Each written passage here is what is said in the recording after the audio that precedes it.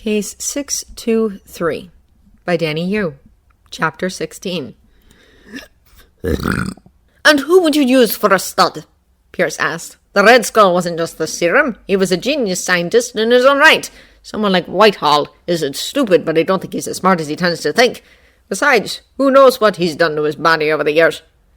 "There's the penchant for insanity as well, Pierce, and having someone prominent from any of the factions father our next leader would defeat the purpose. One group would still have more hold over him than the others. We'd remain fractured." Tony was already exhausted by the time he left Jamie's bedroom.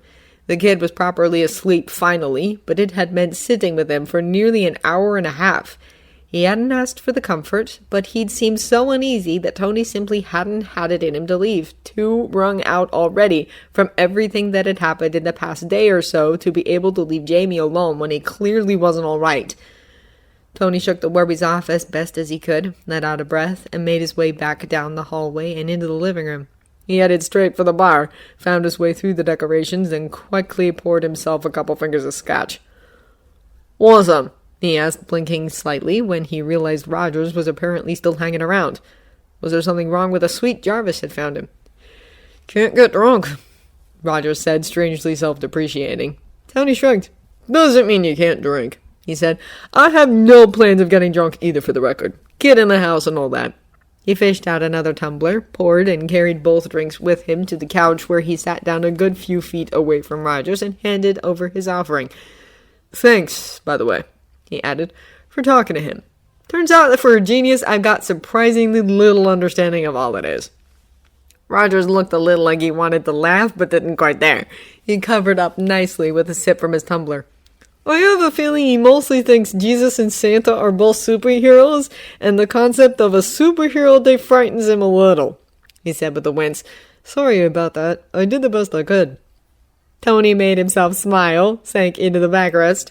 He kicked off his shoes and pulled up his legs, tried to let some of the tension of the day seep out of him, tried not to let the idea of Jamie being frightened by the concept of a superhero day get to him.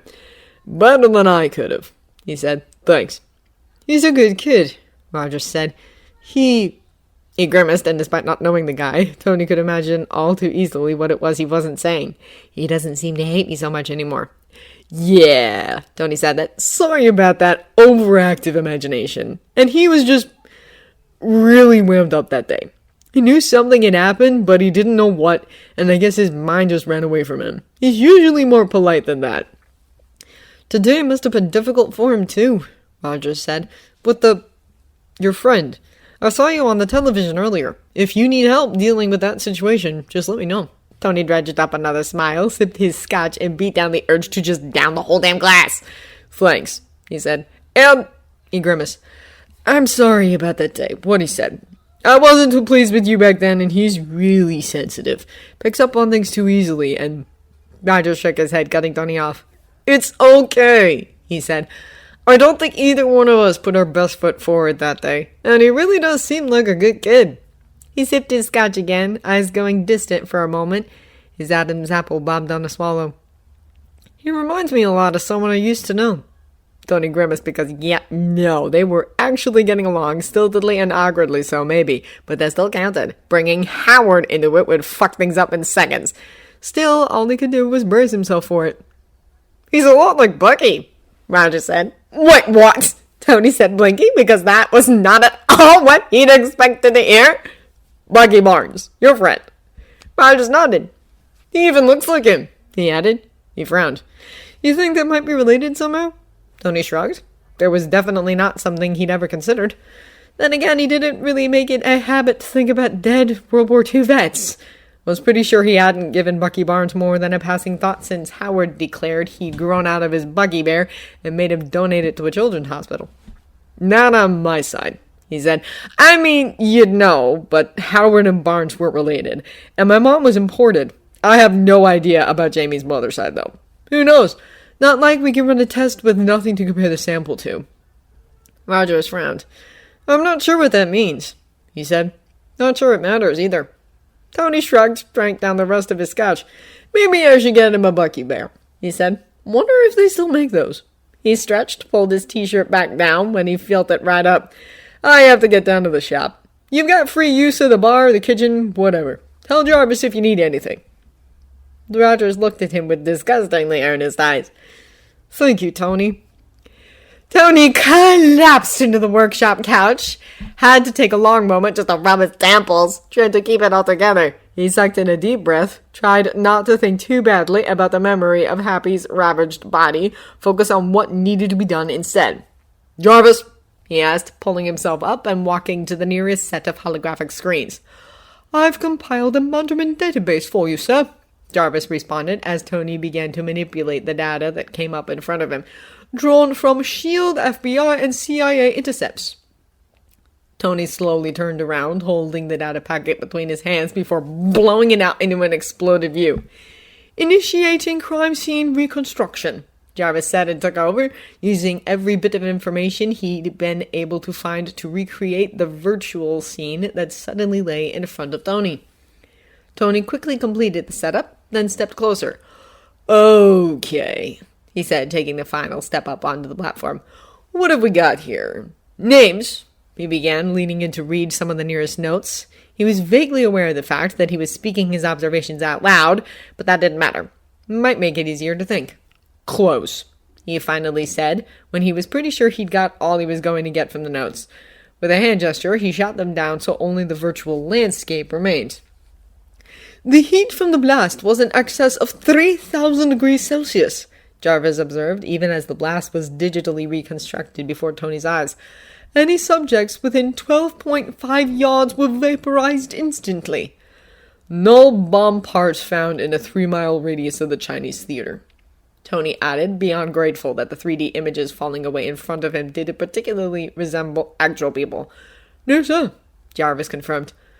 "Talk to me, Happy," Tony muttered and gathered up the nerve to glance down at the digital representation of Happy's body right at his feet. The representation expanded to life-sized. Data points emerged from it. Happy's face appeared again. No, he was going to have to get rid of that feature at some point soon. He pushed away the sudden bout of nausea, concentrated on the data, just the data. He needed to figure this out. He sucked in a deep breath, followed the lines and angles where the blast had come from, tried to figure out what it was he was missing. Jarvis noticed Happy's finger, and where it was pointing just as Tony did, outlined it in red just as Tony began to walk toward it. He sat down on the nearest chair, pulled part of the simulation out of the hole, and placed it on a worktop. "When's a bomb not a bomb?" he muttered, pushing away every bit of evidence that didn't seem to matter. The image quickly became clear. He frowned at it, leaned down to squint at the virtual dog tags, verify that he was seeing correctly before filing that away, sending the block off to be archived and analyzed as he stood back up. "Any military victims?" Jarvis enlarged and clarified the dog tags, pulling them up for easy viewing. "None according to public records, sir," he said. Tony hummed. "Bring up the thermogenic signatures again," he said, watching and getting into position as Jarvis carried out his demands. "Factor in 3,000 degrees. The Oracle Cloud has completed analysis," Jarvis informed as Tony climbed up on top of a cabinet for a better view of all the data points Jarvis was bringing up. "Accessing satellites and plotting the past 12 months of thermogenic occurrences now." Tony glanced down as everything was transformed into a map of the states and data points localized all over the place. "Take away everywhere that there's been a Mandarin attack," Tony said, sweeping his eyes over the map to make sure he didn't miss any details. One by one, he filtered out the ones that didn't fit. Who knew excess of 3,000 degrees was so rare? Well, technically Tony did, and maybe he should be more surprised about the amount of explosions in the past 12 months in general, but... There! Rose Hill, Tennessee. "That," Tony said, pointing at it. "You sure that's not one of his?" He looked at it more closely, squinting to catch as much of the information as he could. "It predates any known Mandarin attack," Jarvis said while Tony was still busy rifling through data files. "This instance was the use of a bomb to assist suicide." He paused, and Tony was vaguely aware of muttering something or other as he brought the Rose Hill file to the forefront, zooming in and focusing on it. "The heat signature is remarkably similar, 3,000 degrees Celsius." Tony frowned, looked at the articles, the file on the suicide bomber. "That's 2 military guys," he noted. "Ever been to Tennessee, Jarvis? Creating a flight plan for Tennessee, Jarvis confirmed. With a single gesture, Tony cleared the digital landscape. Save all the pertinent files to the hut, he said. I better get some sleep. We got a big day tomorrow, buddy. The next day, someone had cooked breakfast, which Tony found kind of odd because usually even Bruce couldn't be bothered to make anything more complicated than toasted cereal before noon. Rogers, he guessed. Steve. It had to be Steve if he was calling Tony by his first name these days, which, yeah, okay. If Steve was going to play personal morning chef, it might be worth offering to let him stick around. Come on, he told Jamie. Let's have a seat, see if these omelets are as good as mine. Your omelets aren't good, Jamie interjected, the little brat. But he did climb into the seat and waited expectantly while Tony scooped up servings of eggs and bacon from both of them and sat down. This is good, Jamie added once he'd swallowed down his first clumsy forkful. Did Uncle Bruce make breakfast? I think it was Steve, actually, Tony said. You know Bruce doesn't like mornings. Breakfast was indeed prepared by Captain Rogers, Jarvis said. He then went for a run, though he appears to be close to returning. Tony winced. Please tell me we aren't eating Captain America's breakfast, he said. Then he glanced at Jamie and winced again. Steve's breakfast, he corrected. He wasn't sure where Maria, and by extension Jamie, stood on the whole Cap issue these days, but he wasn't going to push it. No, he ate before he left. I believe he meant to cook enough for everyone, Jarvis said. Jamie appeared mostly uninterested in the whole exchange, simply kept eating his breakfast. After a while, he glanced up at Tony.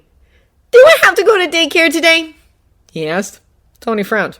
Of course you do, he said. It's not Christmas break for another week. That sullen look made another appearance, and yeah, Tony really wasn't looking forward to the teen years. Can't I just stay here with you? He asked. Is this about what happened to Happy? Tony asked. Happy will be just fine, kiddo, I promise. And no one's going to hurt you. If anything happens, the Iron Cradle will be right there. You know that, right? Jamie gave a shrug.